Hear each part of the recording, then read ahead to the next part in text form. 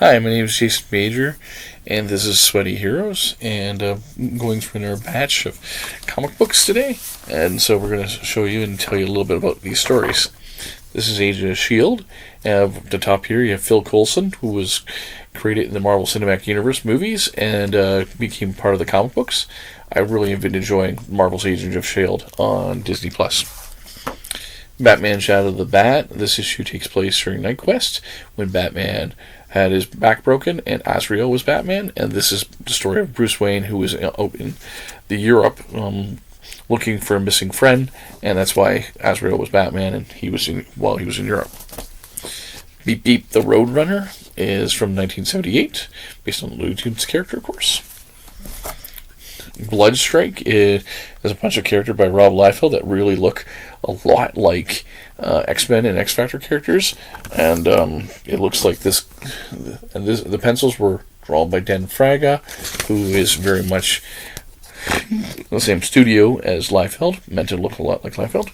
And but Bloodstrike was a really kind of a fun book in the same vein as X-Force. DP7 is part of Marvel's new universe, and Marvel, what they did is they created the new universe as part of their 25th anniversary, with the idea that they would have it be more of a sci-fi feel, real world feel, and aimed at like older teens, and unfortunately they weren't able to do a lot with it, and it only lasted for 3 years or so. But I think these are some cool ideas, and I think that you will eventually see them maybe as part of its own universe on Disney+, and definitely come eventually back to comic books again, I'm sure, because they had some cool ideas, and they'd never really been developed beyond the 3 or 4 years, except for some occasional miniseries. So, kind of cool. Fury #1. This is that's the Nicholas Fury Jr., Nick Fury's son. So in the comic books, Nick Fury, Nick Fury was this character right here, and then Ultimate Universe, Nick Fury looked more like Samuel L. Jackson. So in the movies, they followed suit with that, with the idea of Samuel Jackson and Nick Fury. And then so the comic books decided to be that Nick Fury has a son, and that's kind of cool. And I have not read this issue yet, so this is fun. One of my favorite titles is Groo the Wanderer. I've read it since I was like 10 years old.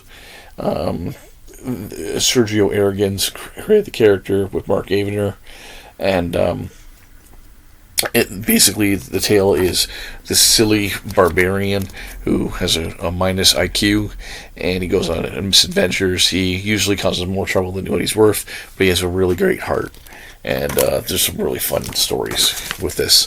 They're published by Marvel through their Epic line originally, and then eventually they came to Dark Horse, although there was some titles done by Pacific and Eclipse and Image.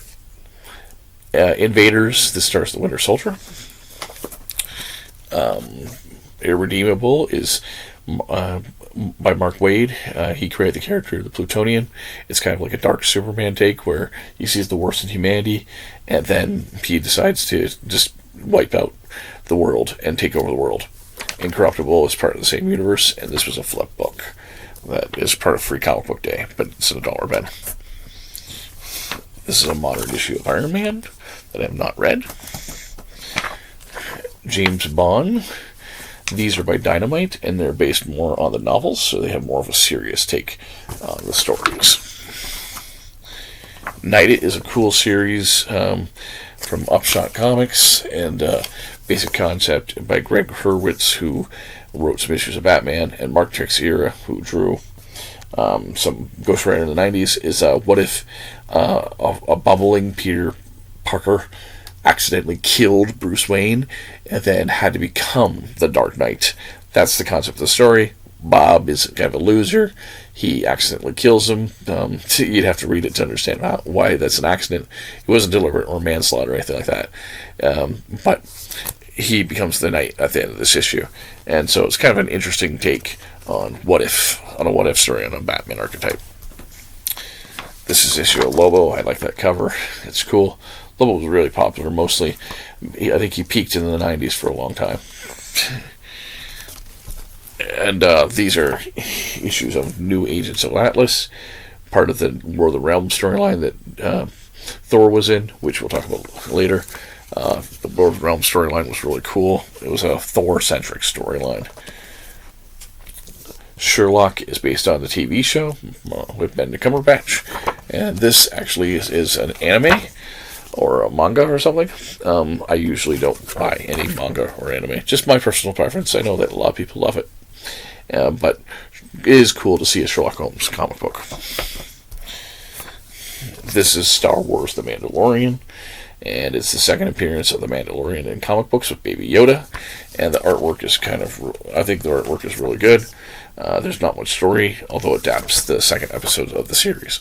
But this is the second appearance of the Mandalorian.